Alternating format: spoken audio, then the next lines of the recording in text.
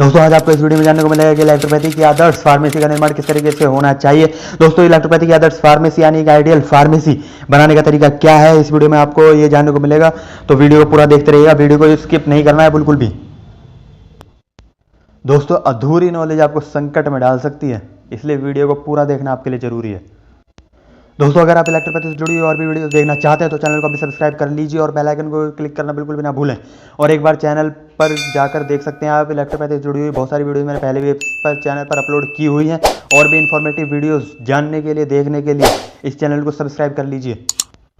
दोस्तों इलेक्ट्रोपैथी की आदर्श फार्मेसी बनाने के लिए आपको मुख्य रूप से 5 बातों का ध्यान देने की जरूरत है। पहला सिचुएशन, दूसरा बिल्डिंग, तीसरा raw material for preparation of medicine, चौथा equipments and medicine manufacturing and laboratory, पांचवा प्रिवेंशन ऑफ मेडिसिन। दोस्तों पहले हम बात कर लेते हैं सिचुएशन यानी स्थिति की, मतलब कि फार्मेसी यानी आइडियल इलेक्ट्रोपैथी फार्मेसी की सिचुएशन कैसी होनी चाहिए। दोस्तों फार्मेसी सड़क के किनारे होनी चाहिए और फार्मेसी के आसपास पूरा साफ सफाई वाला माहौल होना चाहिए, यानी चारों तरफ साफ सफाई होनी चाहिए, तभी वो आइडियल फार्मेसी कहलाई जाएगी। दोस्तों फार्मेसी के आसपास किसी भी प्रकार का कोई नाला, फैक्ट्री, भट्टा आदि नहीं होना चाहिए, ताकि कच्चा माल यानी कि जो कच्चा माल जो पेड़ पौधे हैं, पेड़ पौधों के अलग अलग पार्ट्स जो आपकी फार्मेसी तक लाने हैं, आपको मंगाने हैं पड़ते हैं, तो वो आसानी से आ सकें, आयात हो सकें। और जो निर्मित माल यानी कि जो आपने फार्मेसी में तैयार किया है वो आप आसानी से निर्यात कर सको जगह जगह पर, यानी जो औषधियाँ आपने रेडी की हैं वो आप निर्यात कर सको आसानी से। दोस्तों फार्मेसी एक ऐसे स्थान पर होनी चाहिए जहां पर कच्चे माल की पूरी उपलब्धता हो, यानी वहां पर कच्चा माल आसानी से उपलब्ध कराया जा सके और परिवहन की व्यवस्था ढंग से काम कर रही हो, यानी गाड़ियां जो आप जिसमें आप कच्चा माल मंगाओगे, जिस भी तरीके से आप कच्चा माल मंगाते हो वो आसानी से आपकी फार्मेसी तक आ सके। दोस्तों दूसरा है बिल्डिंग यानी भवन। दोस्तों इलेक्ट्रोपैथी फार्मेसी के लिए बड़े कमरे तथा वेंटिलेटेड रूम होने चाहिए, वेंटिलेटेड होने चाहिए। दोस्तों कमरे साफ होने चाहिए पूरे तरीके से और कमरों के बाहर एक बरामदा होना चाहिए ताकि सूरज की किरणें सीधी ना पड़े, केवल उजाला आए अंदर तक, क्योंकि जो सूर्य की किरणें से अगर सीधी पड़ी तो आपके कच्चे माल को और तैयार माल को खराब कर सकती है। कमरों की छतों पर गर्मी बाहर निकालने वाली मशीन लगी हो ताकि कमरे का जो वातावरण है अनुकूल बना रहे हर टाइम, ना ज्यादा गर्मी हो और ना ज्यादा टेम्परेचर कम हो, यानी ठंडा वातावरण भी नहीं होना चाहिए। और दोस्तों जो पौधे अभी काम में नहीं आ रहे, यानी जिनका अभी काम नहीं है और वो बाद में यूज होंगे, तो उनको स्टोर करने के लिए अलग जगह होनी चाहिए एक। दोस्तों अब आता है raw material for preparation of medicine. दोस्तों इलेक्ट्रोपैथी में दवाई बनाने के लिए पौधों की सेहत पर विशेष ध्यान दिया जाता है। दोस्तों जो पेड़ पौधे मेडिसिन बनाने के लिए चुने जाते हैं उनकी सेहत अच्छी होनी चाहिए।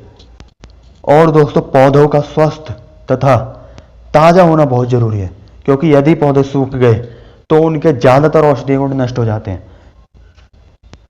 इसलिए प्रत्येक पौधे की सेहत पर विशेष ध्यान दिया जाना चाहिए और पूरा ध्यान दिया भी जाता है। इन्हें अनुकूल जलवायु में उगाया जाता है। कुछ पौधे तो हमें भारतीय बाजार यानी भारतीय जो वातावरण है उसमें ही हमें मतलब भारतीय वातावरण में ही उग जाते हैं, और कुछ पौधे हमें विदेश से मंगाने पड़ते हैं, क्योंकि वो पौधे उसी वातावरण में ही उग सकते हैं, भारत में नहीं उग सकते, इसलिए हमें वो पौधे विदेश से ही मंगाने पड़ते हैं। दोस्तों जो पौधे भारतीय जलवायु में ग्रो कर जाते हैं उन्हें अपने गार्डन में ही उगा लेना बेहतर होता है, क्योंकि उनका जो इधर उधर से मंगाने का खर्च फिर बढ़ जाता है और उसका खर्च फिर मेडिसिन पर आता है, औषधियों पर आता है, फिर औषधियाँ महंगी हो जाती हैं। इसलिए बेहतर यही होता है कि हम उन्हें अपने गार्डन में ही ग्रो कर लें। जबकि जो पौधे भारतीय जलवायु में नहीं उग सकते, जो बाहर से मंगाने पड़ते हैं, जो विदेश से मंगाने पड़ते हैं, वो विदेश से हमें मंगा लेने चाहिए, आयात कर लेने चाहिए। ये बात आपको जरूर ध्यान रखनी है। यदि आप मतलब बाहर से मंगा रहे हो कुछ, तो हम उतना ही बाहर से सामान मंगाना है जितना अभी हमें जरूरत है। अगर आपने ज़्यादा मंगा लिया और वो धरा रहा तो उसके औषधीय गुण नष्ट हो सकते हैं। और यदि भैया बच भी जाता है सामान, अगर मतलब मंगाया हुआ जो हमारा सामान है बाहर से मंगाया हुआ वो अगर बच भी जाता है तो हमें उसे कोल्ड स्टोर में रख लेना चाहिए, ताकि उसके औषधीय गुण सही बने रहें और इन्हें बाद में यूज किया जा सके। दोस्तों अब बात कर लेते हैं equipments and medicine manufacturing and laboratory, यानी उपकरण, औषधि निर्माण तथा प्रयोगशाला। दोस्तों हमें ये बात अपने दिमाग में बिठा लेनी है कि हर इक्विपमेंट को यूज करने के तुरंत बाद में साफ करके उचित स्थान पर रख देना है, ताकि जब दोबारा उस इक्विपमेंट या मशीन की जरूरत पड़े तो उसे ढूंढने में अपना टाइम खराब ना करना पड़े हमें। दोस्तों यदि आप मेडिसिन बनाते समय मशीन की साफ सफाई और आसपास की सफाई पर ज़्यादा ध्यान देते हो, विशेष ध्यान देते हो, तो मेडिसिन भी उतनी ही ज़्यादा प्रभावकारी बनती है। यानी मेडिसिन का जो असर है वो बढ़ जाता है ज़्यादा साफ सफाई बरतने के साथ साथ। दोस्तों जब आप मेडिसिन बनाने के लिए पौधों का चुनाव कर रहे हो तो एक बार और ये इस बात सुनिश्चित कर लीजिए कि पौधा जो आप चुन रहे हो ये वही पौधा है जिसका इस मेडिसिन को बनाने के लिए प्रयोग होना है। और हमें ये बात भी ध्यान रखनी है कि जो मेडिसिन हम बना रहे हैं उस मेडिसिन को बनाने के लिए उस पौधे का कौन सा पार्ट प्रयोग होना है या हमें प्रयोग में लाना है, ये बात हमें ध्यान रखनी है।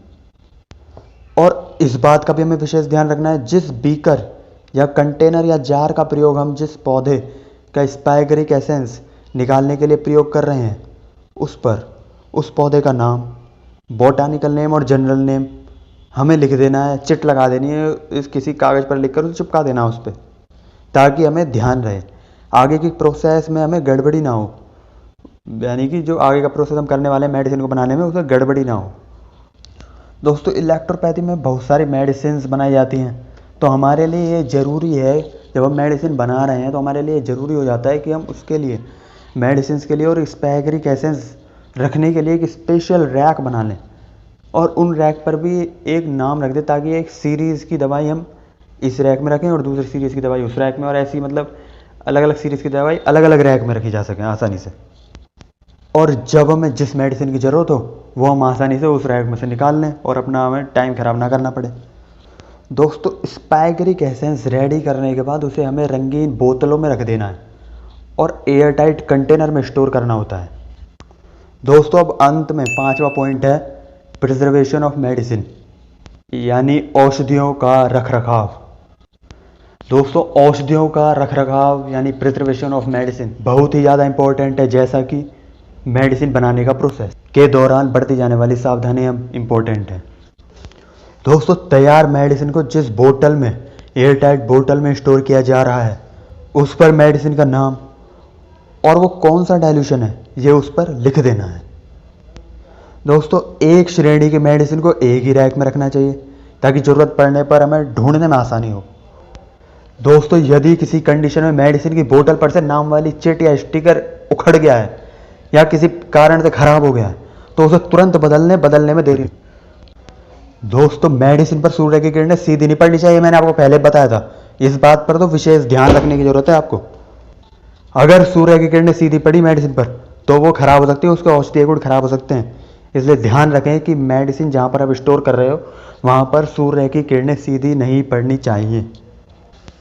दोस्तों औषधियों के प्रिवेंशन के लिए यानी औषधियों के रखरखाव जो हम कर रहे हैं, जिसमें स्टोर करके रख रहे हैं, उसमें सोडा गिलास प्रयोग नहीं करना चाहिए बिल्कुल भी, क्योंकि जो सोडा गिलास होता है ये डाइल्यूशन के साथ रिएक्ट कर जाता है और इन्हें खराब कर सकता है। और औषधियों का प्रिवेंशन ज़्यादा टेम्परेचर वाली जगह पर भी नहीं करना चाहिए, क्योंकि ज़्यादा टेम्परेचर इनके डाइल्यूशन को ख़राब कर सकता है और फिर जब आप इन्हें इस्तेमाल करोगे तो इसका असर नहीं होगा, क्योंकि ये तो ख़राब हो चुके होंगे। दोस्तों आशा करता हूँ आपको वीडियो अच्छी लगी होगी, आपको समझ आ गया होगा कि इलेक्ट्रोपैथी आइडियल फार्मेसी बनाने के लिए आपको किन किन बातों पर ध्यान देने की ज़रूरत है। दोस्तों वीडियो अच्छी लगी हो तो वीडियो को लाइक करके उत्साह बढ़ाएं, ताकि आपके लिए इन्फॉर्मेटिव वीडियोज़ मैं आगे भी लाता रहूँ इस चैनल पर। अपने विचार कमेंट में ज़रूर शेयर करें और ये वीडियो शेयर करने में देरी ना करें, ये वीडियो आपको शेयर करनी ही करनी है। और अगर आप चैनल पर नए हो तो चैनल को सब्सक्राइब करके बेल आइकन आपको दबाना है, ताकि आप इन्फॉर्मेटिव वीडियो से वंचित न रह पाएँ। मैं इस चैनल पर इन्फॉर्मेटिव वीडियोस लगातार डालता रहा, तो आप चैनल को सब्सक्राइब करके बेल आइकन जरूर दबाएं। दोस्तों वीडियो पूरा देखने के लिए धन्यवाद।